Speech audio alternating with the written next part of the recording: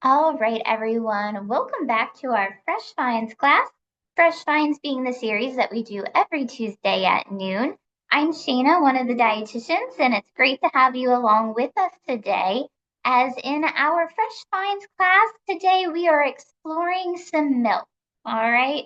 And before we want to get into the milk, want to explain some other things that are going on this month and what's going on with our Fresh Finds series. So we'll take a minute to do that. But first, we're going to address the fact that March is National Nutrition Month, and we're going to chat a little bit about what that means for our Fresh Finds class series. And then we'll dig into the Nature's Promise milks. And at the end, we're going to highlight a specific type of our Nature's Promise milk, which is our A2 milk. So if you've never heard of that before, you're going to get the scoop on it today. All right, so we'll start off with, like I said, National Nutrition Month.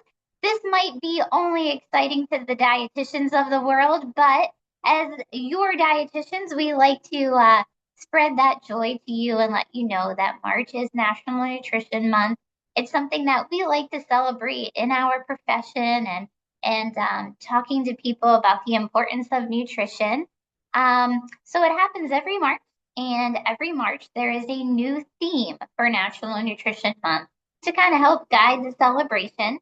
And this year, that theme is to discover the power of nutrition, which I think is something that we try to emphasize daily in our classes and hopefully in your lives of how much of an impact good nutrition can have on our overall well-being. Okay. So, how does that translate into what we're doing today and throughout the month for our Fresh Finds class?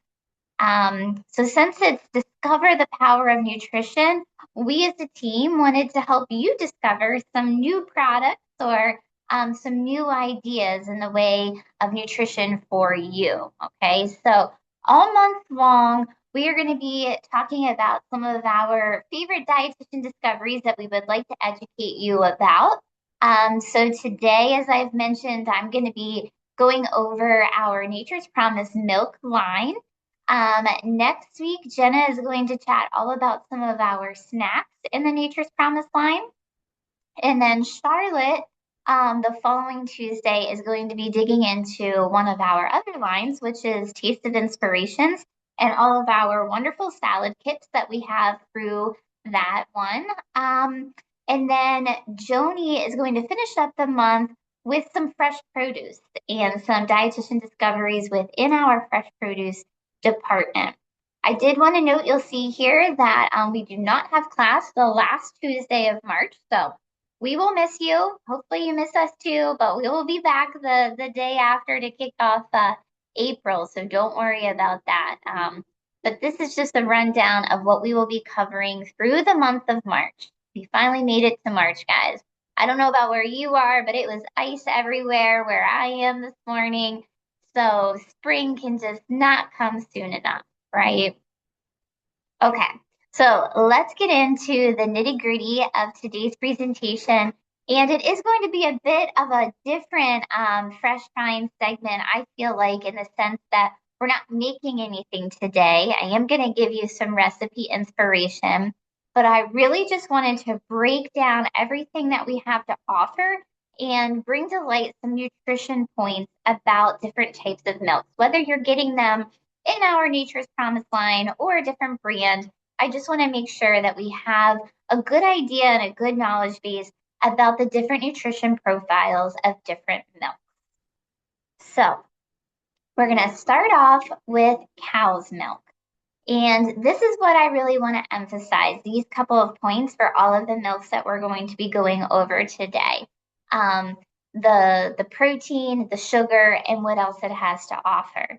So regular cow's milk is considered to be both a carb and a protein. So if you are somebody who's diabetic, that's something to note that yes, milk is a naturally occurring carbohydrate. It naturally contains sugar, but it is very well balanced with the fact that it has 8 grams of protein in it too, which is a little more than what a protein serving is.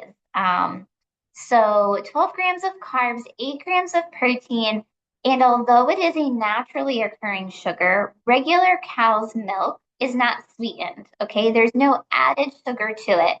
Now, if we're talking about a chocolate milk, of course, that's going to be a different story, but just regular cow's milk, there is zero added sugar. Cow's milk is also all going to have calcium and vitamin D. Sometimes I think it's a little misleading on a carton of whole milk. It might say vitamin D milk, or you may have called whole milk vitamin D milk at some point in your life. All cow's milk is going to have that vitamin D, not just the whole milk. So that's something to keep in mind. Within our Nature's Promise line, we carry various forms of percentage of fat for those types of milks. So whether you're picking skim, 1%, 2%, or whole fat simply meaning 3% fat. So all of those are going to be options within our line. But once again, before I flip to the next slide, just emphasizing again that 8 grams of protein and no added sugar. So this is what the packaging looks like if you've never checked them out in our stores for Nature's Promise. So gallons, half gallons, quarts, whatever it is that you're looking for there. And you will see that our Nature's Promise milk is also organic. So it's going to be meeting those USDA standards for organic certification. So that's what we have in terms of regular cow's milk. Now we're going to switch gears a little bit to some plant-based milks. So soy milk, we'll start off with that as a plant-based milk, of course, made from soybeans. This can be a great option for folks who maybe are lactose intolerant because it is lactose-free. It is also dairy-free if the issue is not necessarily just lactose, but a dairy allergy itself. It also then, of course, would be a vegan option. In terms of how to use soy milk, you can use it for a one-to-one swap, just like you would regular cow's milk in either sweet or savory dishes.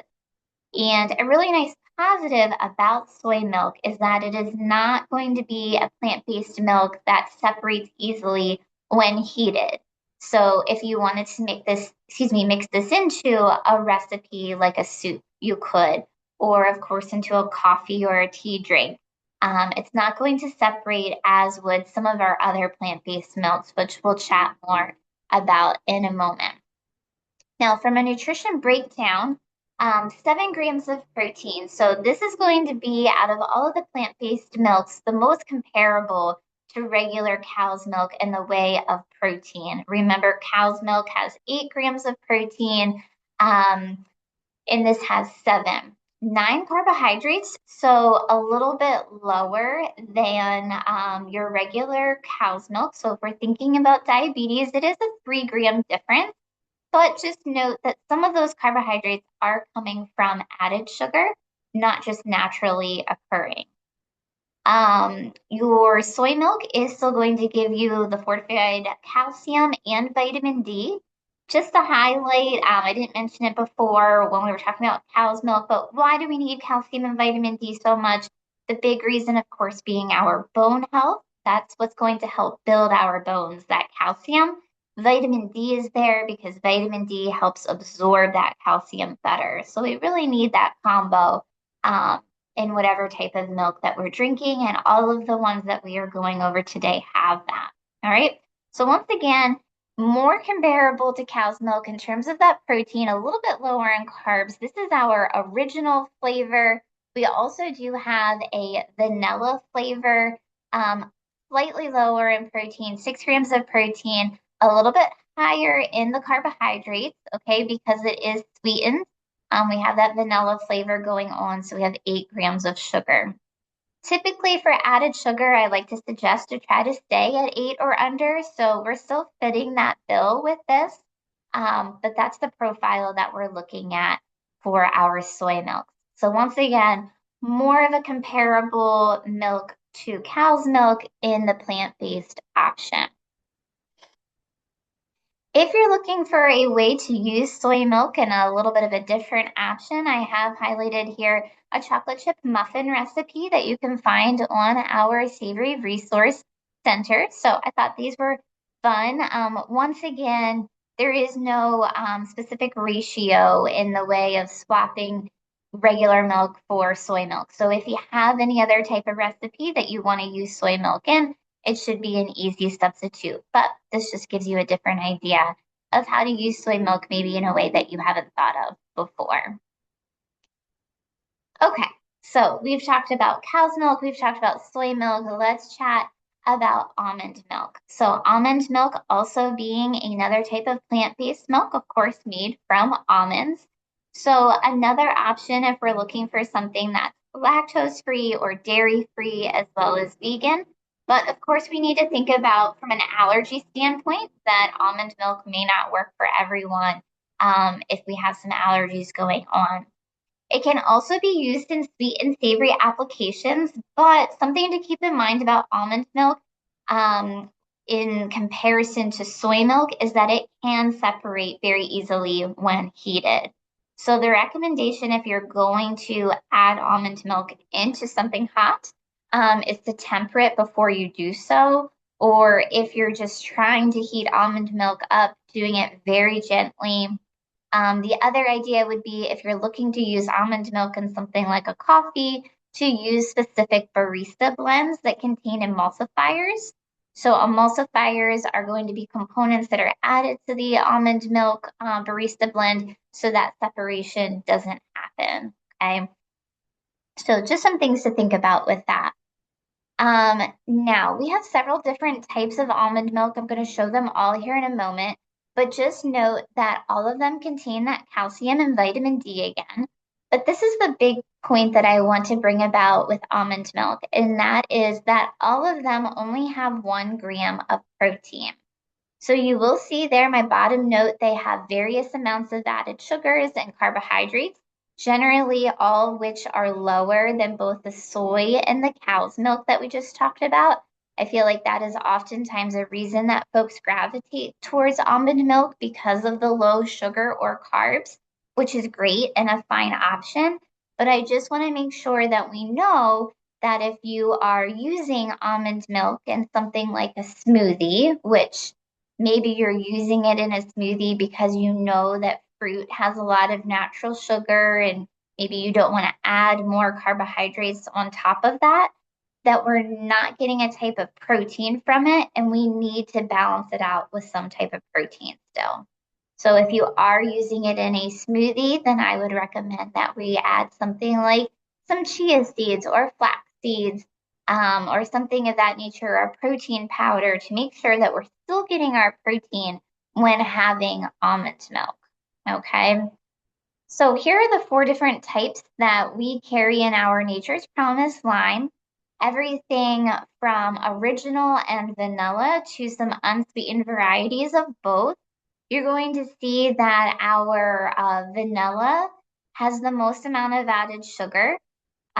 So once again, if we're going the direction of almond milk vanilla over something like cow's milk, we are going to be getting that added sugar, 13 grams.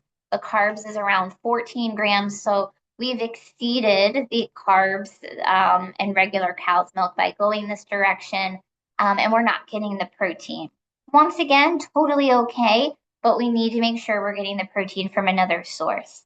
7 grams of added sugar in our original flavor of almond milk, and then wonderful options here near the end with unsweetened vanilla and original, both having 0 grams of added sugar.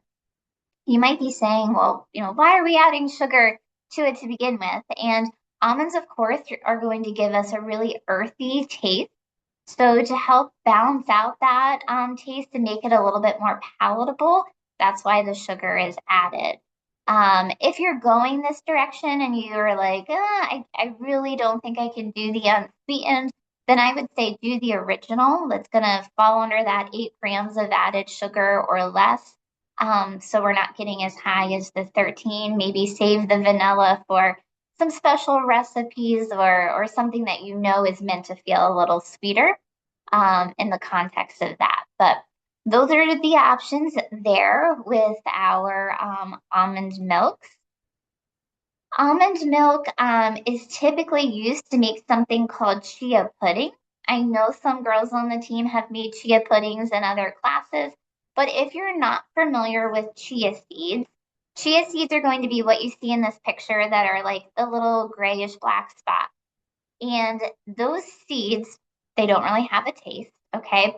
But when you put them in some type of liquid, whether it's almond milk, any type of milk, even water, they're going to swell because they absorb that liquid and it thickens things like to the consistency of pudding. So if we wanted to use almond milk like this recipe does, we've cut back on the carbs, we've cut back on the added sugar if we use the unsweetened variety, but then we're getting some protein with the chia seeds. So I think doing something like this breakfast bowl, a smoothie bowl, a chia pudding is an excellent pairing for almond milk. So we get in that protein. I know I keep stressing it, but it's so important to make sure that we're still getting those protein needs that we need. Whether, diabetes is something that you're thinking about, if weight management is something that's on your mind, or just making sure that we feel full, we need protein. Okay. Um, all right. So now let's chat a little bit about oat milk. So oat milk is kind of like, I don't want to say the newer plant-based milk to hit the market, but I feel like it came a bit after the soy and the almond train of milks. So oat milk is a plant-based milk, of course, made from oats. Also a lactose-free option, usually dairy-free option as well, and vegan. Now, something to keep in mind about oats is that oats are supposed to naturally be gluten free, but oftentimes, depending on where the oats are grown or where they are manufactured, they could potentially be exposed to some cross contamination. So, if you are someone who has celiac or you are eating gluten free, you just want to make sure that your oat milk is certified as gluten free. Our Nature's Promise is always check the label to make sure of that. Oat milk can also be used in sweet and savory dishes, a one-to-one swap with regular milk. And the big hype about oat milk is that it's really creamy. And we're going to chat about why it's creamy in a moment. But because it's so creamy, it's kind of like the new go-to in different types of coffee drinks, and so forth, because it steams really well, it frosts really well. So let's talk about why that is a thing. How is it creamy? And it's creamy because a form of fat is added to it, okay, usually in the way of some type of oil. So a good unsaturated fat, being an oil, is added to the oat milk to give it a better texture and to create that creamy vibe. So that is how that works. Similar to all of the other milks that we've discussed, oat milk also is going to have the calcium. It is also going to have the vitamin D, but it's going to be similar to almond milk in the sense that it only has about 1 to 2 grams of protein. So we're kind of missing out on the protein from a weight management standpoint, as well as like a diabetes blood sugar standpoint. But in the sense of helping us stay a little bit more full, that also helps to keep us full. So the fact that it does have that creamy texture from the fat, that can help fill us up a little bit too. But still want you to have the protein, okay? We still need that with, pairing something with the oat milk. I'm going to show the oat milks that we have in a moment, but once again, just noting that all of them are going to have different amounts of added sugar and therefore carbohydrates. They naturally are going to have carbohydrates because oats are a carbohydrate, but then some of them do have added sugar too, just to really even out that taste profile with the added fat. So you'll see here on the far left, we have our original and our extra creamy. Both are going to have 8 grams of added sugar. The extra creamy is going to, of course, have more total fat because it's extra creamy. But just note once again that the fat is coming from oils. So it is going to be unsaturated fat primarily, which is the good heart healthy type fat.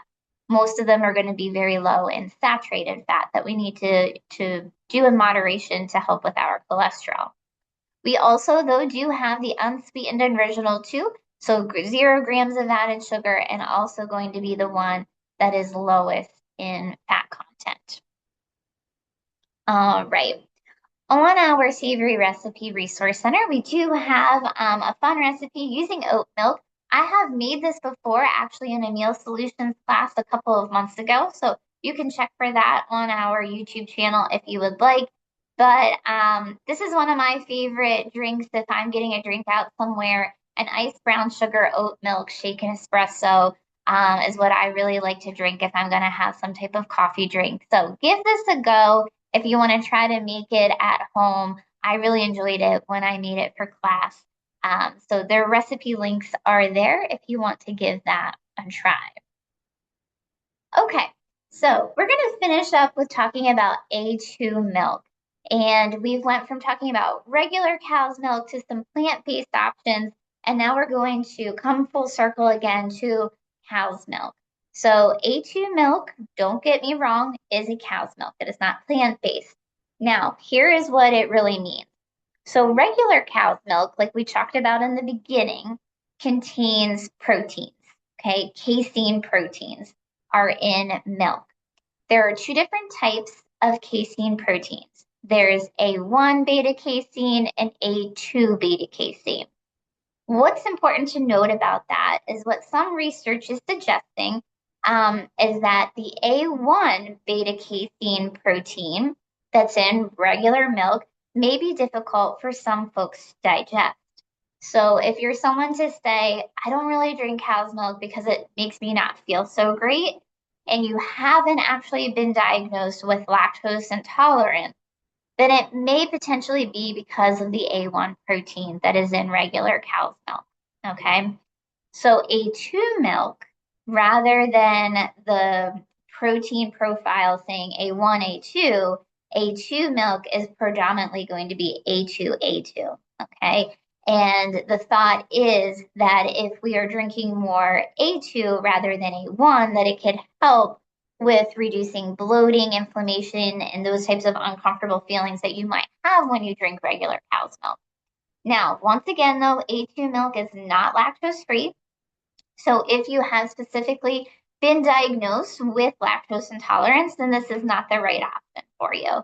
But if you are someone who loves cow's milk and would prefer to drink that, you're not lactose intolerant, but you still feel a little iffy sometimes, then this could be something to give a try. All right.